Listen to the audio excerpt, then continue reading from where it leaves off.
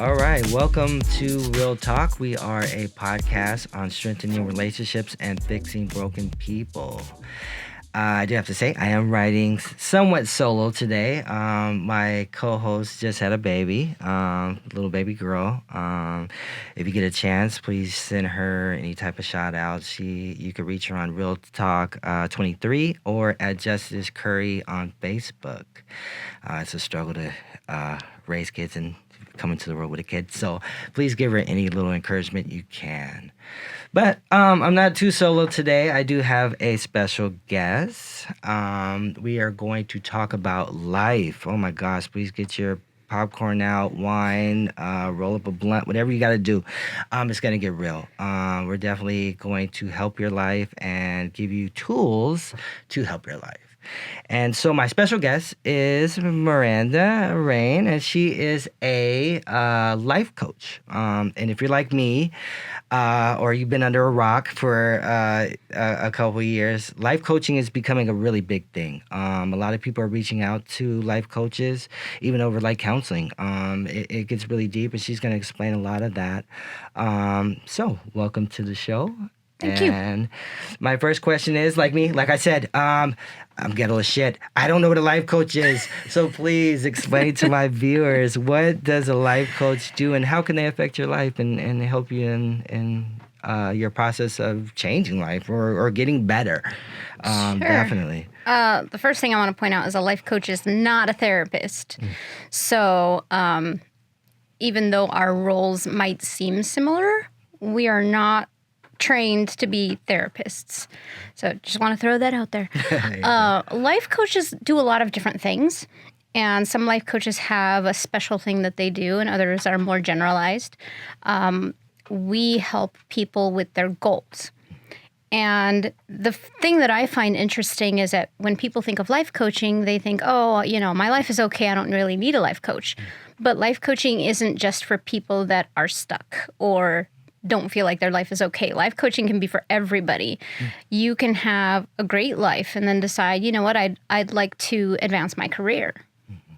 But maybe you don't quite know how, or you're not getting the kind of responses that you want when you're trying to do the things that you think are the right things to do in order to make those goals happen. A life coach can help you figure out other processes, figure out kind of where you're in your own way. And it works just as well for people that don't have a great life. We can help you figure out where you're stuck, how to get unstuck, what kind of things can you do, what kind of things have you tried. It really requires a lot of outside the box thinking.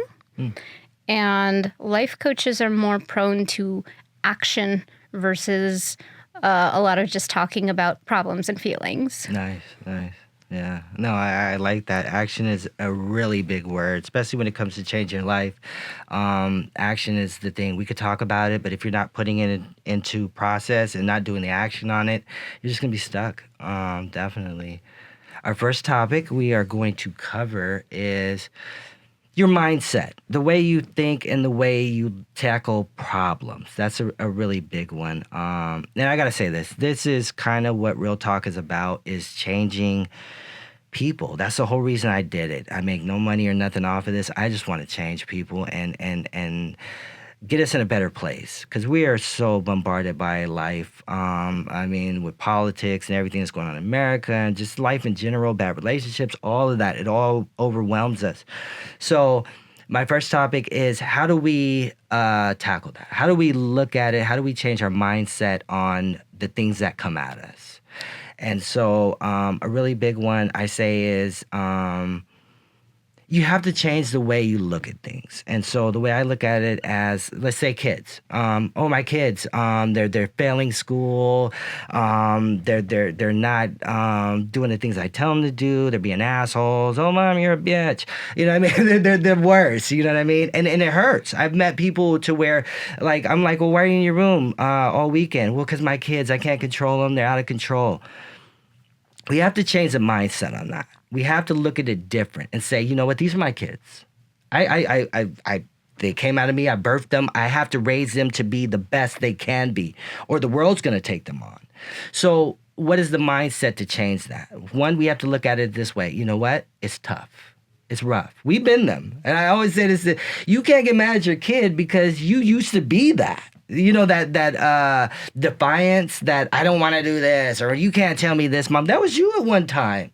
So how did you overcome that? How did you look at it differently? And how did your parents do different with you in that case? You know, and we have to look at it as, hey, your cell phone's paid from me.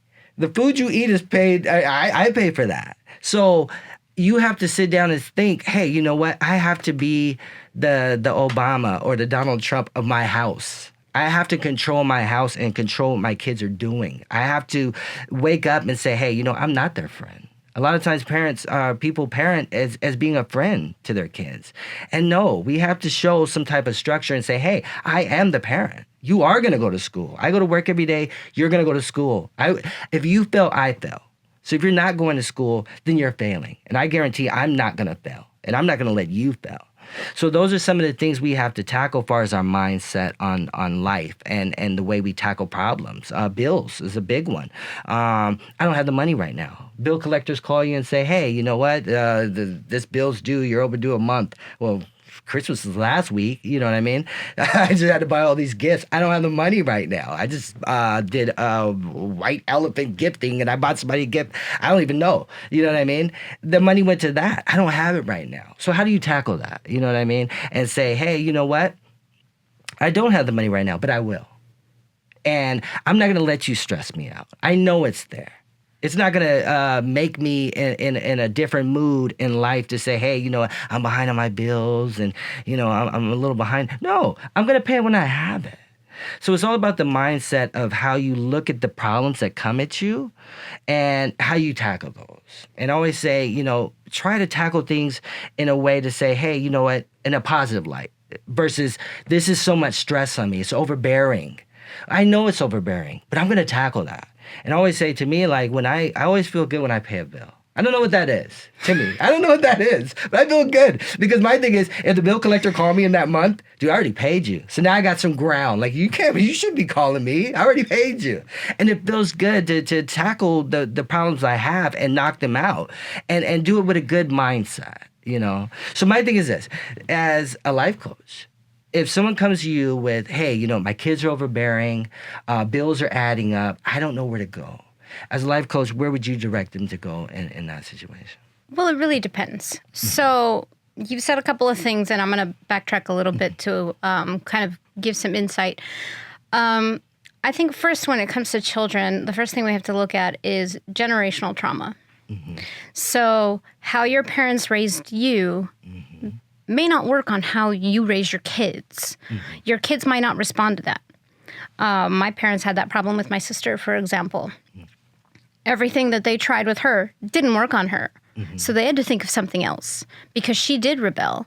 Mm-hmm. And she didn't care if she got in trouble. She didn't care if you smacked her. She didn't care if she got grounded. So they had to use a different approach with her. The other side of that is, did you like how your parents treated you? And if not, why would you treat your kids that way? So the first approach is look at your generational trauma and the things that have gone on in your family. It is up to you to break that cycle. Mm-hmm. And the problem that I see is a lot of people don't know how. They want to break those cycles. They want to raise their kids differently. They want to do things that they didn't get when they were kids, but they don't know how. So that's one of the cool things about being a life coach is you learn a lot of really good resources. And we can give you resources for like, hey, well, you know, this resource over here might help you, or this resource over here might help you. I'm neurodivergent. And I'm sure you have enough listeners out there that they'll probably know what that means. And if not, Google works wonders. Yes, Google. So I tend to already have outside the box thinking. Mm-hmm. And with a lot of my clients, when they come to me with problems like this, I say, well, have you thought of it this way? Or have you tried this approach? And they'll be like, oh, well, I never thought of it that way. Mm-hmm. And sometimes that's why you need someone else. Mm-hmm. Because what you're thinking of, and you're going, oh, I tried everything I know how to do. Yeah. Well, that doesn't mean that all the solutions are gone. Mm-hmm. It just means you don't know another solution but definitely. Someone else might. Right. And so a lot of times that's something I help clients with is let's find a different perspective. Mm-hmm. Let's find a different solution. It's the same thing with bills. You know, you're happy when you pay a bill. I'm happy because I hardly have any bills. Why? Because I have taken a look at what am I spending my money on? Is it necessary? Yeah. I just watched a whole bunch of people go crazy over like, oh, I don't have money for the holidays. There's so many people to buy gifts for. And, you know, I have all these people. I should get this person a gift and I should get that person a gift and I should get this person a gift. And I sat there and I went, why? I can understand giving gifts to your children, your significant other, you know, outside of that. Your parents, your siblings, your aunts, your uncles, your cousins, you can have that discussion as a family and say, hey, you know, it stretches me too thin. I would rather us only give gifts to the kids. Or I would rather us not give gifts to each other at all. Or, you know, I would rather that if we're going to give a gift, we give it to you guys as a couple rather as individuals or something along those lines. You know, you have to start thinking outside the box. People get too wrapped up in, oh, I have to do all of these things. And I always question that. When someone says, I have to do this, my first question is why? Why do you have to do this? Who said? Where is that written? Yeah. Is that in stone? Like, why is that a responsibility? Oh, well, because they gave me a gift. And does that automatically make you obligated? Because if you're giving a gift out of obligation, why are you giving that gift? Yes. So little things like that. Other bills, you know, I have some clients that are like, oh, I never have enough money and I have all these bills to pay and I owe this much on my credit card. And I'm like, okay, well, let's talk about that. What kind of bills do you have? Oh, well, you know, I have cable and I have this subscription and that's, and I have to have this and I have to, you know, I want to take these classes over here and I want to do this and I want to do that. And I'll go, wait a minute. Don't you have a gym in your building? Oh, yeah, I have a gym in my building, but I'd rather go to these classes over here that I have to pay $400 for. Okay, so you don't have to do it. It's just a preference. So if you have a preference to pay for things and you don't want to go without them, then you really have no ground to cry about your bills. Yeah. So it's really just about responsibility, realizing that you're not obligated to do most of the things that you think you're obligated to do, and learning how to live your life more authentically in a way that says, these are the things I'm just not going to do anymore because I don't have to. Now, as far as that is there something that you talk to people about as far as changing their mindset on the problems that are coming in? So like say the bills, like say I came to you and said, hey, you know, I'm so overwhelmed in this area. Bills, kids, life. Is there something you would say to them that says, hey, you know what? Maybe you need to look at it different. You kind of touched on that, and I thought that was awesome. But far as like the mind changing of that, is there something you kind of talk to people about that? Like say, hey, maybe their thought process should be different. Absolutely. I usually repeat back to people what they tell me. So, for example, if you were to say, oh, you know, I'm really heartbroken. I just broke up with my girlfriend and, you know, we didn't have a good relationship. We fought all the time. She cheated on me. She was, you know, really manipulative. I'm just so heartbroken. I can't get over her. I want her back. It's all my fault. I will look at you and I'll say, okay, so let me make sure I'm understanding. You're heartbroken. And you're not able to get over this girl, and you want her back, even though she's a manipulative cheater. Is that what I'm understanding? Yeah. When you say it back to someone in that way, something clicks. It does, yeah. And they go, oh. And then I'll go, now, why do you think that's your fault? And sometimes I'll get people say, well, I could have been this way, I could have been that way. And I said, okay, well, did you force them to cheat? Did you force them to manipulate you? I try to help people understand that you're responsible for your own choices. You're responsible for your own reactions. And you're responsible for your own actions. Actions and reactions are two different things. but you're not responsible for someone else, for what someone else chooses to do. Right. Because, in that example, your girlfriend, she chose to step outside the relationship. She chose to be manipulative. She chose to do those things. You didn't force her. There was, she wasn't kidnapped and made to do it, or nobody was holding a gun to her head, and sometimes I will over exaggerate it in that way, just so that people can start to see, okay, I see what you're saying. Because when you shift how you repeat something back to somebody and tell them exactly what they told you, but in kind of that shifted wording, it really does make them stop and think and go, yeah, I guess maybe I don't want that back. Yeah. And then we start to go, okay, so now let's work on how you can get past that. Yeah. And that's definitely it's your mental. A lot of it is your mental. And that's the thing we don't see because we're stuck in that moment, and we don't look outside the box. And that's what's good to come to someone like a life coach or someone that can give you that outside of the box. Like you said, to repeat that back to someone, because in actuality, it, but your mental's not catching on to that. Like, this isn't good for me. I'm in a bad situation. This is horrible. Right. Why am I doing this to myself? But we continue to keep doing it until it knocks. It hits. Like, you hit your head so many times against the wall. It's like, I'm not going to do that anymore. But it's really cool to have someone like you that you can come to and say, hey, repeat that to me again. Say that again. Out loud, and let's look into that a little bit different, because when we do it in our head, it's like we look, okay, so we'll look at it as outside of that, just, well, it's beneficial because I have a place to live, or we're together, we have the kids, and I don't know if I'm ready to move out, or even though it's a bad situation, it's horrible. Justifications and excuses. Exactly. It's so bad. Yeah. So it is really good to be able to go to someone and say, hey, you know what? Say that again. And a lot of people don't realize that they're hurting themselves. They don't realize that they know their life isn't how they want it to be, but they don't realize the impact on themselves until they go and talk to someone else.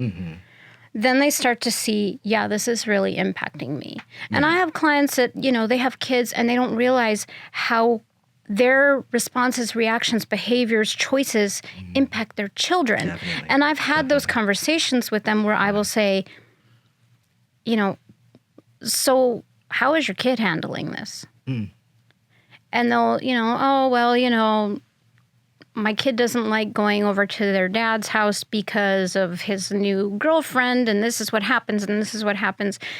And I'll be like, okay, are you teaching your children how to use their voice, how to stand up for themselves, how to say, I'm not okay with this. It doesn't make me comfortable. No, they don't like confrontation and blah, blah, blah. That comes back to the parent. And I'll say, okay, well, where does that come from? And I'll wait, because a lot of people will figure it out. But then sometimes I have to go, what kind of life do you want your child to have? What kind of person do you want them to be? Do you want them to be someone who can stand up for themselves? Do you want them to be someone who walks away from red flags? Do you want them to be someone that has the courage to say, I'm not okay with this, and be able to set boundaries? And they'll be like, of course I want that. Okay, well, your child is not going to do what you say. They're going to do what you show them. Nice. Yeah. Yes. So we need to start with you, because from what I hear, your child is doing what you're doing because they see you doing it. Right. Yeah, definitely. I always say apple doesn't fall far from the tree. Right. Definitely not. Because at some point, you have to let your kid go and let them grow up and be an adult. Right. You want to send them off in the best way. Yes, definitely. And that's not with you following them to college either. Please stay home. Let them go. I've had some clients that are like, oh, I want to move for my kid. No. Let them go and learn what kind of adult they want to be. Right. And you go figure out what kind of adult you want to be with an empty nest. Yeah. Oh, yeah. I got to bring you back on a different podcast on that one. That could go really, really deep. All right. So our next topic, this one is dear to me. And It's a reset button. So my kids, I used to always tell them this when they were growing up is, they used to always come at me and say, life, life is tough. I'm going through this, and that. And I always used to tell them, you got a reset button. Hit a reset button. And what it is every day you could change your life. Every minute you live on this planet, you're still able to walk around, breathe on this earth. You have a chance to change everything you've been through in life. You just got to hit the reset button. You have to just take the time out to say, hey, I'm going to reset. I've been on this planet for 40 years. I hit the reset button, I say maybe 30 years ago. Or maybe like 10 years ago. 10 years ago when I was in my 30s. I said, you know what? I'm going to reset everything I've been doing. I'm going to change the jobs I work at. I'm not just going to work at warehouses and make minimum a salary. No, I'm going to try to find out if I'm going to work at a job for 8 hours, I'm going to make the most money I can and use the skills I have. And I'm going to change the people I'm around. I'm not no more hanging out at the clubs. I'm not anymore just talking to random people. No, I'm going to change everything. I'm going to reset how I was because it was getting me nowhere. So I say this, in your life, you have the chance. And the funny thing about it is a lot of times people hit the reset button on January 1st. No, you don't have to wait for a new year to change you. You could change you right now. Definitely. And you should change you right now. Don't wait for a whole nother year because we're at January 18th right now. So now I got to wait the whole nother year because I messed it up by March. I didn't hit the gym like I said I was. And I'm going to wait till then. No, don't do that. You can change any minute. As long as you live on this planet, you're breathing, walking, you're good. You can change it. You can tell yourself, hey, I'm going to do different. I'm going to start going to church. I haven't been to church since I was a kid. My mom used to take me to church all the time, but I liked it. But then when I got older, I got busy. I started hanging out, started drinking, going to clubs. Church went out the window. You could say, you know what? Maybe I need that because when I was doing that, I felt better about myself. Reset. You could hit a reset. You could reset and say, hey, tomorrow I want to wake up and be Muslim. Wrap your hair up and only don't eat pork at barbecues. I don't know. Whatever you feel is going to change you. I know a lot of people that got into like energy, like the energy thing. Like they changed, well, I'm in the energy now and I'm studying that. And they changed their life. Like a totally different person. Just hit reset. And these are people I know used to smoke weed and do wild stuff back in the day. And they just totally changed their life. And so we have to realize if it's not working, it's not working. You only get one life. I'm going to say this. You only get one. You only get one. You can go to Jesus and be like, can I get another one? No, you're not. You're only going to get one. So that life that you live in, how do you want it to be? You've done this up to this point and it hasn't worked. Hit reset. Change it. Say, hey, I'm going to start doing this different. I'm going to start focusing on my kids. I wasn't before. I was leaving my kids with the grandma, and we were going out to the club, and we were partying, and these kids are growing up over time, and I'm not focusing on them, and now I wonder why they're bad. You were never there. You were never there. And they're not done. They're still living. They're still growing. Hit reset. Say, hey, you know what? I'm going to start focusing on my kids. My kids are in high school now. They only got 2 more years. I'm going to make sure they go to college. I'm going to make sure they're set up in the right way to be great thinkers, to have great minds, to not fall into the traps of their friends or drugs or anything like that. I'm going to make them be leaders instead of followers. Reset. That's all you have to do. So my question to you is, when people come to you with the problems that they have and, life is so bad, I feel like there's just no other place I can go. All the doors are closing around me. I feel like I'm in a box. What would you say to these people to get them back started again? Well, I mean, you're talking about the reset button, and I think there's a couple important things for people to realize. The first thing is the reset button is not overnight. Mm-hmm. So we're in this environment now where instant gratification is a thing. Mm-hmm. And I absolutely hate that because there are certain things that give you instant gratification, but it's not lasting. Mm-hmm. So to have lasting gratification, those reset buttons are not overnight. Mm-hmm. They're continuous. Yes. So the other misconception about resetting your life is that people think, oh, so I have to give up all my fun. No. Yeah. For example, you mentioned the club and things like that. I don't drink alcohol at all, ever. I don't smoke. I don't drink. people find that fascinating because apparently a lot of people drink and smoke nowadays. But ironically, I do hang out in bars. I love karaoke. So going out to karaoke does not mean you have to drink. You can still be responsible and have fun, but drinking for my body just doesn't work. So I have to do what's best for my body. So for me, that's that balance, about doing what's good for my body, but also doing something that is a good stress reliever, still fun. It doesn't mean you give up your fun. It means how you change how you have fun.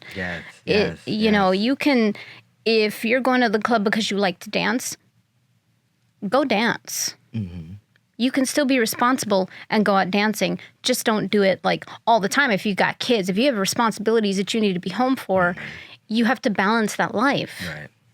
Your responsibilities and priorities need to be first, of course. Yeah. But you also still have to make that time for yourself.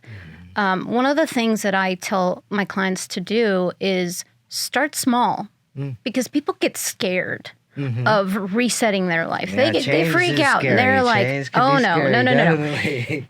And people get comfortable in their box. But the thing is, change is the only constant. So you have two choices. You can either fight the change and it'll take you down kicking and screaming, but it's going to happen anyway. Or you can embrace the change and make it into something you want it to be. So part of my job as a life coach is to help you create the life that you want. Not the life that you're currently in, not one that you think someone else would approve of, but the life that you actually want. And I'll give you a good example. I started traveling a lot in the last few years. And yeah, I work remotely, so that allows me to do it. But I came back this last time, and I had a couple of people tell me, oh, yeah, well, not all of us have all this money that we can just go travel. Because people start to get the wrong idea. And I'm like, you probably make more money than me. The difference is I work remotely, so I'm working while I'm traveling. I'm not taking time off. Right. So for me, I'm able to do that. You have to find ways in your life where you can balance your life with your work, because the reality is, at the end of the day, you don't want to have lived your life only working, and you don't want to live to work. Yeah. That's not the goal. No, That's not the goal. Yeah. So people need to realize that this reset button that you talk about, it's a process. It's a constant process. I probably hit the reset button many years ago. I don't think I've taken my finger off of it yet. Nice. Because you constantly want to be growing. Right. You constantly want to be evolving and changing and adapting. Yeah. Yes, it will mean you'll outgrow some people. Well, yeah. Yes, it will mean you'll outgrow some places. You can outgrow a place too. Yeah. And that's going to be a hard crossroad, but it's a necessary one. So the first thing is get over your instant gratification, because that doesn't work. If you want instant gratification, go to your club one night, go to your karaoke one night, go to a movie, and then figure out, what do I need to make this gratification lasting? Go back to school. If you need new skills, if you want to change your job. Yeah. I never advise anybody to quit a job unless they have a backup plan, because you don't want to put yourself in a financial bind. But if you know you want to do something different and you tell me, well, I don't know how to do anything different, go learn. You're never too old to learn new tricks. Oh, yeah. And a lot of people work and go to school at the same time. Heck, I'm doing it now. Oh, yeah. That's the thing about it is, and like you said, I love that, is it's not going to happen overnight. Just because you hear me said it, your life is not going to instantly look different. And honestly, with that, you're going to see a lot of bad before you see the good. Definitely. The bad's going to hit you way before you see the good. But once you get past that and you're on that right track of where you want to be, that's where you'll start seeing the heaven or the good of life, is because now I'm doing what I want to do. I'm not stuck where, like I said, the last 30 years, I was struggling doing this and I was just kind of getting by. Now I'm at the point to where I'm happy. I found my career. My kids are good. My kids, I got them back on track. One's going to Running Start. They're looking at colleges and stuff like that. you will see that over time. But definitely, I tell you this, definitely you will see the bad. The bad's going to attack you. I always say this, anytime you do something good, the bad's going to come after you. Definitely. I don't know what that is or where that is or why it is, but it does. And it's a good thing. And it goes back to the mind thing I was saying is how do you tackle that mentally? That's actually how you know you're making progress. And the other thing that I wanted to mention and forgot is that it's going to feel weird at first. How I mentioned about starting small, we can go back to that example I gave where someone broke up in a relationship. Start small. Take yourself out to dinner. Go to a movie by yourself. Learn how to be comfortable with your own company. Because once you can do that, having a relationship or not having a relationship is no longer the end-all be-all. It's no longer I'm so lonely all the time. That goes out the window. Yeah.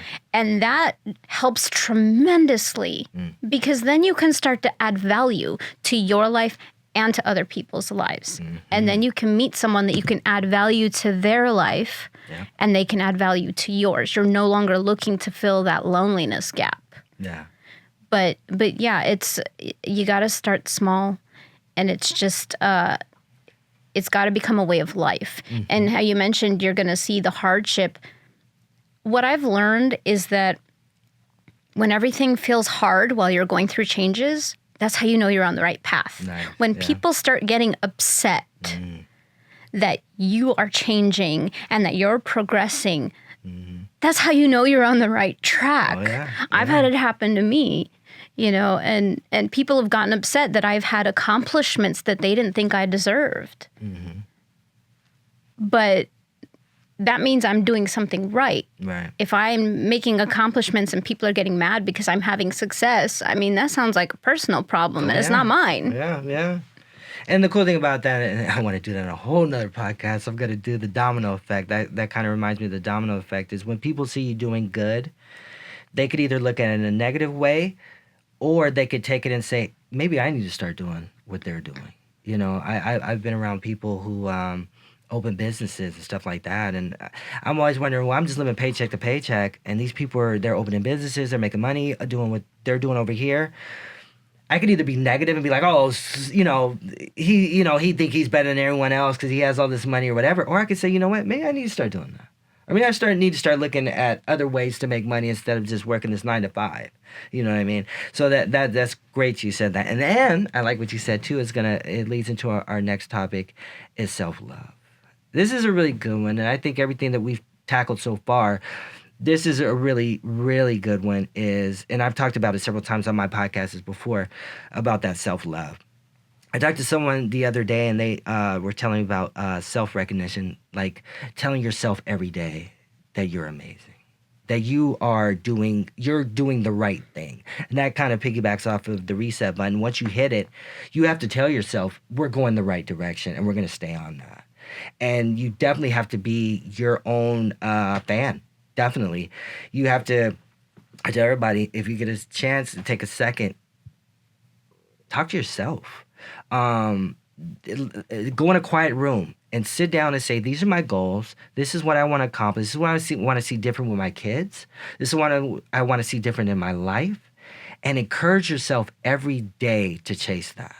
Because no one else is going to do this for you. I promise you. No one's going to be like, hey, that's good you're doing that with your kids. No, they're not. Because they're worried about their kids and their life. If you're looking, like you said, the self-gratification and stuff like that, you're not going to get it out there. The people, no one's going to back you the way you will back you. You're the first person to tell yourself no. You're the first person to tell yourself you can't do that. But imagine you being the first person to say we can do that. And we are going to do that. And this is the next step. Next year, we're going to do this.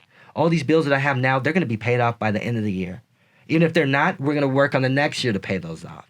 But I'm going to keep telling myself these are the goals that I'm accomplishing as I hit that reset button, that these are the things I need to tackle as I'm pursuing my goals. And so definitely our next topic is that self-love, that love for yourself. And I always say this, once you have that love for yourself, you're guarded. No one can touch you. It's almost like a shield over you. Because here's the thing. Once I love myself, there's nothing you can say to me. Someone can say, hey, Ty, I don't like your blue hat. I love my fucking blue hat. There's nothing you could say that touches me. I don't like the white shirt. You always wear them on your podcast. I love my white shirts. That's the reason I wear them. I love me. For me, I dodge any negativity that people bring to me because I have that self-love for me. I'm motivating myself in the right directions, and I don't deal with the negative people. I might have a negative friend, but I learned that your negativity is affecting my life in the wrong way. I'm not gonna dismiss you as a friend, but I might not keep you around as much as I used to. Because now I'm going this way. And I have love for myself, and I'm trying to motivate myself because my motivation for myself is going to help my kids, my family, the people around me, everybody in the studio. That love that I have for myself is going to push on. And so with that being said, so as a life coach, the self-love, how do you attack that when people come to you and they're broken and they just feel like, I don't know what to do. I'm lost. Like I feel like I should be going in the right direction, but I'm not. Like they can't find themselves. I give them assignments. So life coaches come with homework. Ah, there we go. I don't know if therapists come with homework or not. I'm not a therapist. Who cares? But life coaches come with, at least I do. I come with homework. I used to teach college classes. And one of the things that I learned when you're a college teacher or a college professor or instructor, you often wear many hats. You're not just the instructor. You're also the parent, the therapist, the confidant. And so I found that people feel really awkward telling themselves, I'm great. I can do this. So what I found was, if you take a Post-it notepad and on each one you write something positive to yourself and stick it on your bathroom mirror, like all of the, like all the way around your bathroom mirror, all the way around your fridge, wherever you're going to see it every day, and you read them every day, and you're not allowed to take them down until you start to believe it. So that's one of the homework assignments I normally give people. The other one is the small things like take yourself to dinner, take yourself to a movie, treat yourself to something, set goals. And when you accomplish those goals, reward yourself. Maybe you go and, buy a new outfit. Maybe you go and have your favorite coffee. Whatever. It doesn't have to be anything major. It doesn't have to be anything giant and significant. Because you're right. The only person that's going to have your back all the time is you. The other thing I sometimes suggest to people is get an accountability partner. And you tell them, these are my goals. So hold me accountable. If you say, hey, how's that project going or that goal going? And I go, oh, I haven't started on it. Like, you have my permission to tell me to get off my ass. And a lot of times I'm that person for people, whether it's as their life coach or as their friend, because I am that person that will tell you to get off your ass. Being neurodivergent, I'm very direct. I'm a direct communicator. I don't have the skill set to sugarcoat things. My clients know this, and I warn them about it. And I'm like, if you don't want the absolute honest truth, I am not the person for you because I'm that friend that's going to tell you the truth even if it's not nice. Because I would rather you better yourself for yourself. It has nothing to do with me. I want to see you succeed. I want to see you be better for you. Right. So I'm going to be honest. And so those are small things that we start to work on. And when I get clients that come back to me and they go, oh, I'm this and I'm that and I'm this and I'm that. And I'm like, hold on. First of all, let's scratch the record. Let's talk about this. Tell me some things you've accomplished. And they'll start listing some, I did this thing or I did that. It doesn't matter how big or small it is. The deeper you are in the hole, the smaller your goals are going to be in the beginning. Because you just have to slowly climb out of that hole first. Yeah, definitely. And the more you start to achieve, the more you start to think you can do more. Oh, yeah.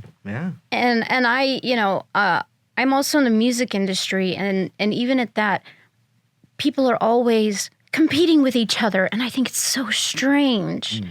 And I'll even have people like tell me, oh, well, did you see what so-and-so's doing? And my first response is, no, I don't follow what so-and-so's doing. I'm too busy over here doing my own thing. Right. The only person you're ever really in competition with is yourself. So my goal every year is to outdo myself from what I did last year. Nice. Yeah. How can I be better at what I'm doing? How can I grow from where I was? What goal can I set that's bigger than what I already accomplished? Okay, I think I've reached the pinnacle. Nope. Can I go bigger than that? Because there is no time limit on goals. There's no age limit on goals. It doesn't matter if you're 30, 20, 80. It doesn't matter. I get people all the time that are like, oh, well, you know, it's so late to start. I'm already this age. It's never too late to start. No, as long as you're on this earth breathing, kicking, you can go. You can do it, definitely. Yeah, it's never too late to start. And if you start to believe that you can do things, you will start to just go do them. Oh, yeah. Yep. It starts with learning to think of yourself as worth something, having value. Yeah. So, you know, even in relationships, that question that people ask all the time, well, what do you bring to the table? It's a ridiculous question. We're not here to compare what you can give me or what I can give you. Right. Like, I have my own table, and you should have your own table. Right. And if we put those two tables together, we should be able to make a bigger table that's more awesome. Yeah. Yeah. I don't care what you can bring to the table as long as you have a table. Yeah. Right? You have to have a table first. Yes. You know, and then you start to put things on that table. Because that's how you learn your worth. That's how you learn your value. You mentioned being guarded. I call it boundaries. And when you start to believe in yourself and love yourself, you get better at setting boundaries because you realize I don't have to put up with certain things. Yes. I don't have to.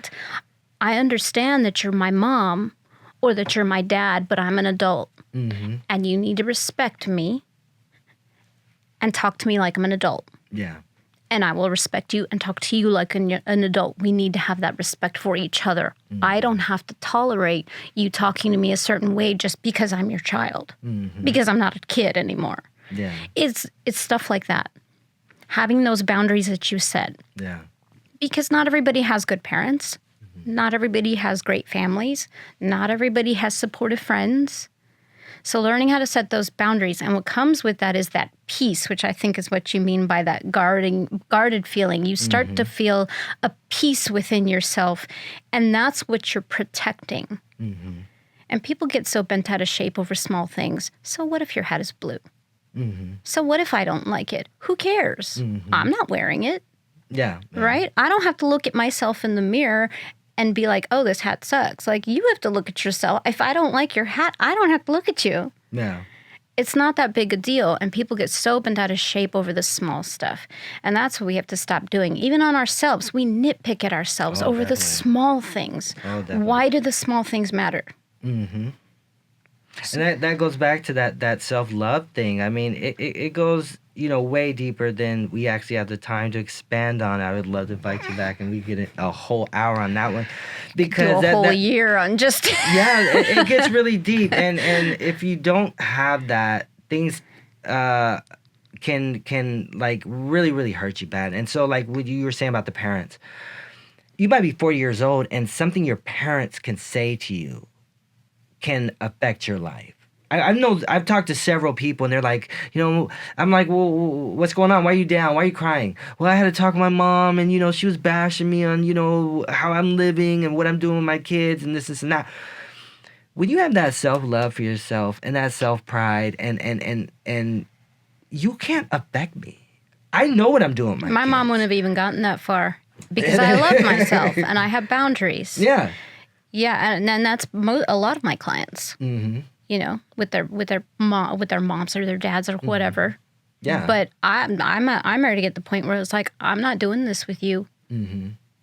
if you need to go talk to a therapist and get it out, go right ahead. But I'm not doing this with you, and I will get off the phone. Yeah. Oh, definitely, definitely. And, notice when you get off the phone, they'll call you back a couple days later, like, oh, I thought about what you said, or they'll come back to you, but they don't realize the damage they did when they did that. Yeah. But you can't give me any damage if I have self-love for myself. Like you said, I'm gonna go ahead and get off the phone. Mom, that was good. I think my car alarm's going off. I gotta get off the phone right now. I think when the kids fail or something, I gotta get off the phone. I'm not gonna stay here. I'm not gonna stay in this because you want me to, or you might be going. I don't know what mom's going through today. Maybe mom's depressed or something, and she's ejecting that on or interjecting that on me. No, I'm gonna get off the phone and I'm good. And that's when you have that self-love. Nothing bothers you. Your boss, he doesn't bother you. Your job doesn't bother you. The kids don't bother you. You're going to fix it because I have this love for myself and I feel good about myself and what I'm doing. But I notice when I talk to people throughout the years is it's easy to attack them because they don't have that. They feel like every burden that comes down on them is just overwhelming because they don't have that to where, you know what? I'm a lot better than that. I don't have to deal with that. I don't have to worry about some man that's out cheating, or I don't have to be in this relationship that's messed up. No, I'm good with myself, and I know myself good enough to say, I don't have to deal with this guy. I don't have to deal with her. You know what I mean? But a lot of these people are staying in these relationships because of the fact of, I don't have that self-love for myself. I don't feel capable of taking on the world by myself. So, part of that is also understanding stress. So like and also being okay with certain things. So for example, when we're talking about self-love, if you have that parent that is a certain kind of way where they maybe say things that are a little out of pocket or whatever, and you get off the phone, maybe that parent doesn't call you back. You've got to learn to be okay with that distance. Oh, yeah. You've got to learn to be okay with setting boundaries and learning that sometimes it's necessary to separate yourselves from anybody who's like that. It doesn't matter if they're your blood relative. It doesn't matter if they're your parents. It doesn't matter if they're friends, whoever it is. You have to learn to be okay with putting some distance between you. Yeah. And let that be okay for your own mental health. But the other side of that is understanding stress. So I talk with my clients a lot about stress and worry. This is how I kind of verbalize it to my clients. When you think about worry, it's really important to ask yourself certain questions. One of those questions is, why am I worried about this? The other one is, can I do anything about it? Because if you're worrying about something you cannot change, you have no control over it, right, then there's absolutely no reason to worry about it. To worry about it, because the only thing you're doing is adding more stress onto yourself, and that's impacting your life. Yep. So as difficult as it is, it does take practice. You've got to practice letting it go and just tell yourself, you know what, this is out of my control. What happens, happens. Right. If you're worried about something and it is something you can change or control, then change it. Yeah. Control it. Fix it. Do what you got to do. Sometimes there's certain parts of those worries where you can change or control certain parts of it, but not other parts of it. Right. So at that point, you do what you can, and then you got to let it go. Yeah. So we talk a lot about that and work on that. And it is a process. It takes time and practice. And you have to really understand that when you are going through these changes, you come to a life coach, whatever it is, you have to be willing to put in the work. Yeah. I can't do it for you. It's your life. You know what I mean? Like I said, it goes back to where I said you only get one of them. So how do you want to live it? You know what I mean? Do I want to be depressed or people attacking me, or what people say hurt me, and they said this about me at work or whatever? Who gives a shit? As long as my paycheck looks good, I'm good. I don't care what they say about me at work. I truly don't care. As long as my paycheck, I'm taking care of my kids, I'm gravy. That's their problem. That's not mine. And that goes to our next topic, which is really, really good, is the vibes. And what I say about vibes is keeping the right people around you, the right vibe around you. Because the problem is, we have those people in our life, and that's at work. Even the kids. Your kids are your vibe that's always going to be around you, but how do you want that to be? Like, I want a great relationship with my kids. I want to go home and ask them, hey, how was school? You know, algebra's hard. Let's learn it together. Or geometry's hard. Or this class is hard. Let's learn it together. You know what I mean? I want that cool vibe to where my kids can be like, hey, I could go to mom or dad. And I don't feel like, oh, well, fuck that class. It is what it is. And no, I want them to have that relationship. Say, hey, dad, I'm struggling in this. Let's do it together. Same thing with vibes as far as people at work. Like, do you want to hang around the guy that's always saying, "Oh, this job sucks. We need raises. The traffic coming to work is terrible."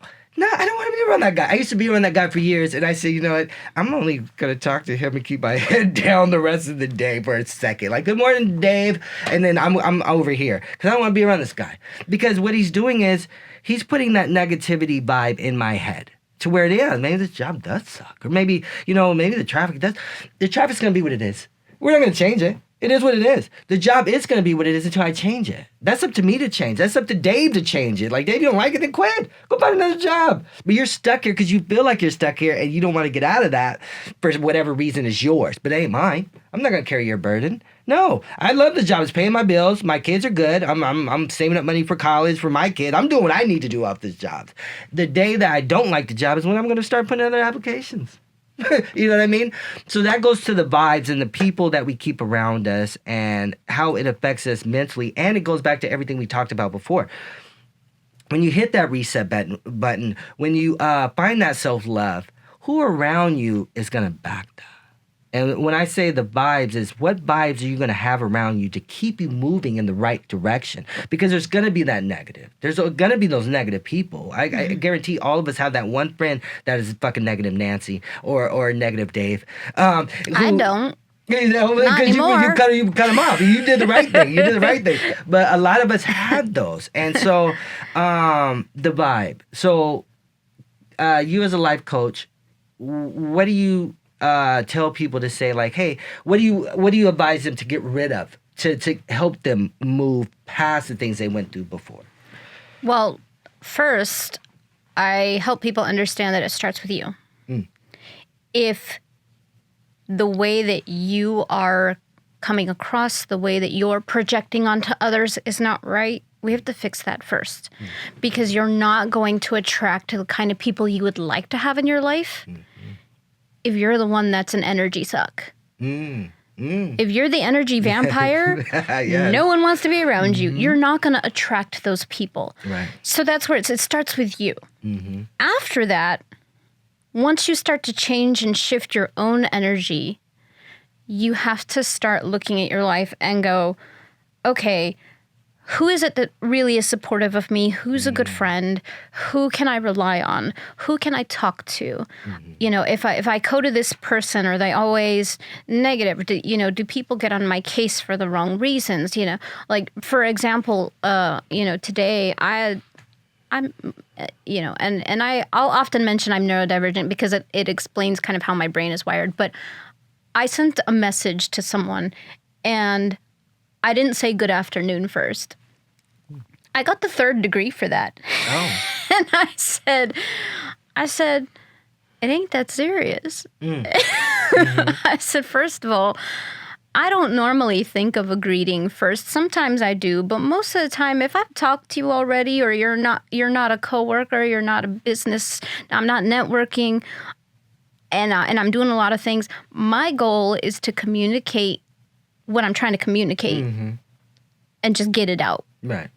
And it's not like I said anything very harshly or brash. A 1-sentence statement was all I made, and it was a very casual thing, and it was like, what is this expectation? Why do we have these expectations of other people? Who says that we're required to do that? Who says that, oh, well, that's rude? Like, what are all these societal constructs that people have created? Somebody please give me this rule book. I want to understand. So we have to start looking at those kind of people. Is that something that's conducive to our life? Then we have to look at, do we have people in our life that we can learn from? Because when you start to grow, and you decide you have these goals or these things that you want to do, but maybe you don't know enough about those things, outside of doing your own research, it's important to have other people you can learn from, that you can go to and say, hey, do you have any experience with this?